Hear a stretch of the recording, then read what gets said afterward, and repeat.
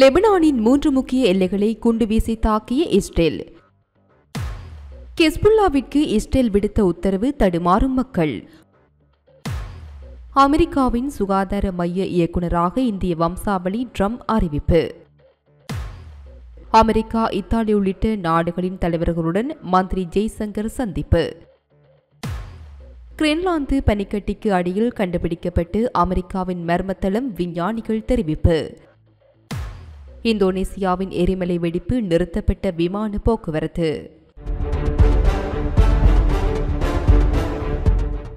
Israel Hezbollah போர் நிறுத்தம் அறிவிக்கப்பட்ட நிலையில் ஈரானின் வெளியுறவு அமைச்சகம் இஸ்ரேலின் லெபனானுக்கு எதிரான ஆக்கிரமிப்பு முடிவுக்கு வந்த செய்தியை வரவேற்பதாக தெரிவித்துள்ளது. இந்த நிலையில் இஸ்ரேலுக்கும் ஹிஸ்புல்லாவுக்கும் இடையே போர் நிறுத்தம் உள்ளூர் நேரப்படி அதிகாலை 4 மணிக்கு அமலுக்கு வருவதற்கு முன்பு இஸ்ரேலிய போர் விமானங்கள் சிரியாவுடனான லெபனானின் 3 எல்லையை கடக்கும் பகுதிகளை ஒரே இரவில் குண்டு வீசி தாக்கியுள்ளது. குறித்த தாக்குதல்களில் 4 பொதுமக்கள் மற்றும் 2 அரசாங்க வீரர்கள் கொல்லப்பட்டதாக சிரியாவின் அரசு செய்தி நிறுவனமான சனா உறுதிப்படுத்தியுள்ளது. சிரிய செஞ்சிலுவை சங்கத்தை சேர்ந்த குழந்தைகள், பெண்கள் மற்றும் தொழிலாளர்கள் உட்பட 12 பேர் இந்த தாக்குதலில் காயமடைந்துள்ளனர்.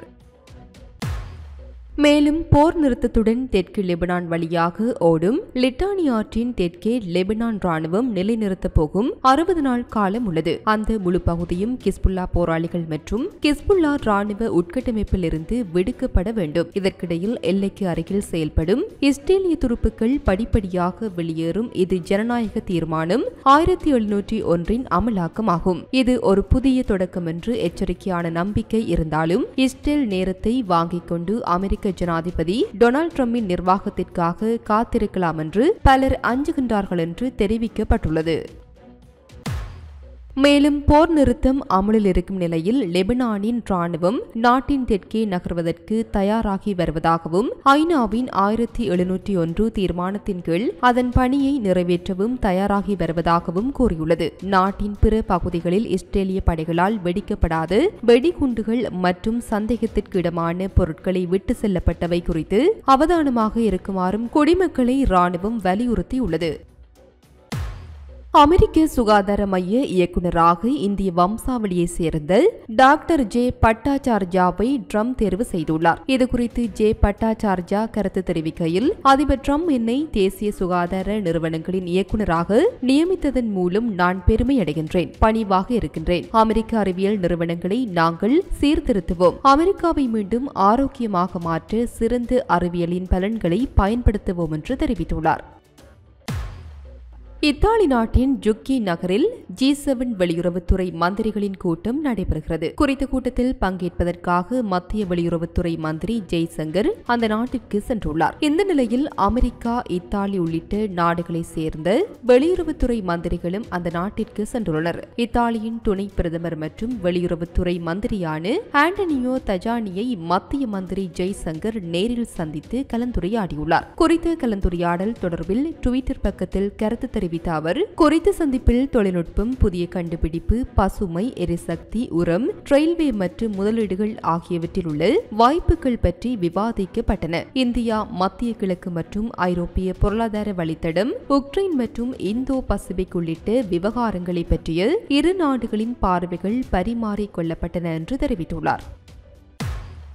ஜப்பானில் சக்தி வாய்ந்த நிலநடுக்கம் ஏற்பட்டுள்ளது. ஜப்பானின் மேற்கு கடலோர பகுதிகளில் இந்த நிலநடுக்கம் பதிவாகியுள்ளது. ரிக்டர் அளவில் 6.4 இந்த நிலநடுக்கம் பதிவானது.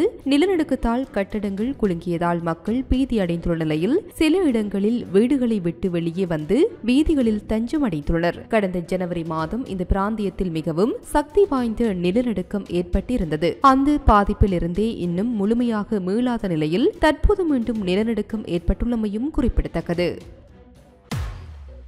இந்தோனேசியா மெலுகு மாகாணம் ஹல்மகேரா தீவில் எரிமலை வெடிப்பு சம்பவம் நிகழ்ந்துள்ளது. இதிலிருந்து சுமார் 5 கிலோமீட்டர் உயரத்திற்கு தீப்பிழம்புகள் வெளியேறிய நிலையில் குறித்த பகுதி முழுவதும் கரும்புகை மண்டலமாக சூழ்ந்துள்ளது. இதனையடுத்து கல்மகேரா தீவு அருகே விமானங்கள் பறக்க தடை விதிக்கப்பட்டு அதனை சுற்றியுள்ள பகுதிகளில் வசிக்கும் மக்கள் பாதுகாப்பான இடங்களுக்கு வெளியேற்றப்பட்டுள்ளனர்.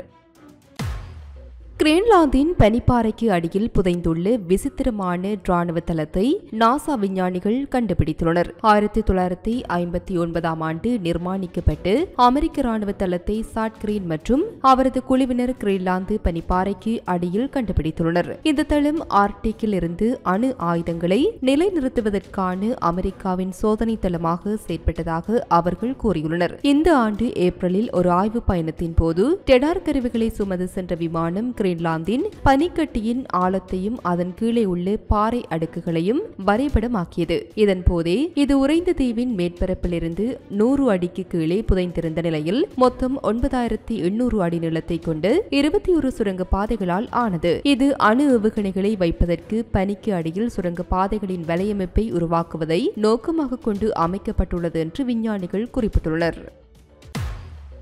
வித்தியாசமான உணவு வகைகள் தயாரிப்பதற்கு குறித்த வீடியோக்கள் இணையதளத்தில் வெளியாகி அதிகளவில் பகிரப்பட்டு பார்வையாளர்களிடையே வரவேற்பையும் விமர்சனங்களையும் பெறுவது இயல்பு. அந்த வகையில் சமூக வலைதளத்தில் பரவி வரும் வீடியோவில் சீன உணவகம் ஒன்றில் வறுத்த தவளை கறியுடன் கூடிய பீட்சா குறித்த காட்சிகள் உள்ளன. அங்குள்ள ஒரு உணவகத்தில் புதிதாக அறிமுகம் செய்யப்பட்டுள்ள அந்த பீட்சாவின் நடுவே பொரித்த தவளை உள்ளது. அதில் அவித்து 2 துண்டுகளாக வெட்டப்பட்டு முட்டை தவளையின் கண்களாக அலங்கரிக்கப்பட்டுள்ளது. குறித்த வீடியோ காட்சிகளை பார்வையிட்டு சமூக வலைதளவாசிகள் பீட்சாவுக்கு உரிய மரியாதையை போய்விட்டது என்று தமது கருத்துக்களை தெரிவித்து வருகின்றனர்.